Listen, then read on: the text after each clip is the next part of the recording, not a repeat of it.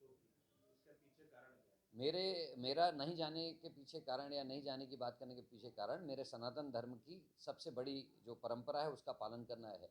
हमारे यहाँ किसी अधूरे बने हुए भवन का उद्घाटन नहीं होता और उसमें किसी मूर्ति का स्थापना करना या गर्भगृह में मूर्ति को रखा जाना तो बिल्कुल ही नहीं होना चाहिए, क्योंकि ये माना जाता है कि जब तक भवन पूरा ना हो, उसकी शुद्धिकरण ना हो, तब तक ये काम नहीं होना चाहिए।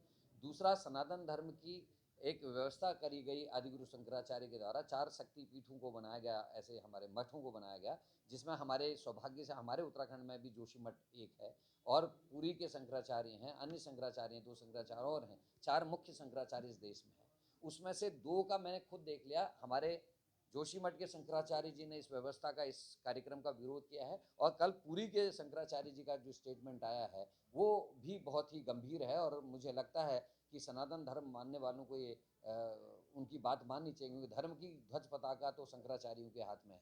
उनका अपमान जहाँ हो रहा है वहाँ सनातन धर्मियों को नहीं जाना चाहिए। वो कैसा धर्म जिसमें अपने धर्म के सबसे बड़े धर्म गुरुओं का अपमान हो रहा हो, वो कैसे माना जा सकता है कि वो धर्म के लिए हो रहा है। बीजेपी और आरएसएस केवल इसको पार्टी की पॉलिटिक्स के लिए, चुनाव जीतने के लिए इसका इस्तेमाल करना चाहती है, चुनाव में एक नैरेटिव सेट करने के लिए इसका इस्तेमाल कर रही है। नहीं तो रामलला तो सबके हैं, वो तो रावण के पास भी संधि करने के लिए लोगों को भेजते हैं ताकि युद्ध से बचा जा सके, लोगों की जानें बचाई जा सकें।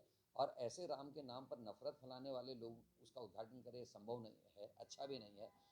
होना ये चाहिए था कि शंकराचार्य जी लोग यज्ञ करते, साधु महात्मा संत उसमें सम्मिलित होते, राजनेता उसमें बाहर से बैठ के आनंद लेते, उसका प्रसाद ग्रहण करते, तो उसकी शोभा होती। यहाँ उल्टा हो रहा है। यहाँ एक प्रधानमंत्री उद्घाटन करेगा, राष्ट्रपति बाहर से ताली बजाएंगी, प्रधानमंत्री उद्घाटन करेगा, उनके चेले चपाटे वहाँ रहेंगे जिन्होंने स्थापना करने के लिए काम किया। राजीव गांधी जी ने ताला खोला, अडवाणी, जोशी जी, इन लोगों का संघर्ष रहा, उमा भारती का संघर्ष रहा, वो बाहर बैठ के ताली बजाएंगे और चारों आदि गुरु शंकराचार्य सभी संत महात्माओं के संग जय जय के नारे लगाने के लिए या ताली बजाने के लिए बुलाए जाएंगे। ये निश्चित ही अफसोसजनक है।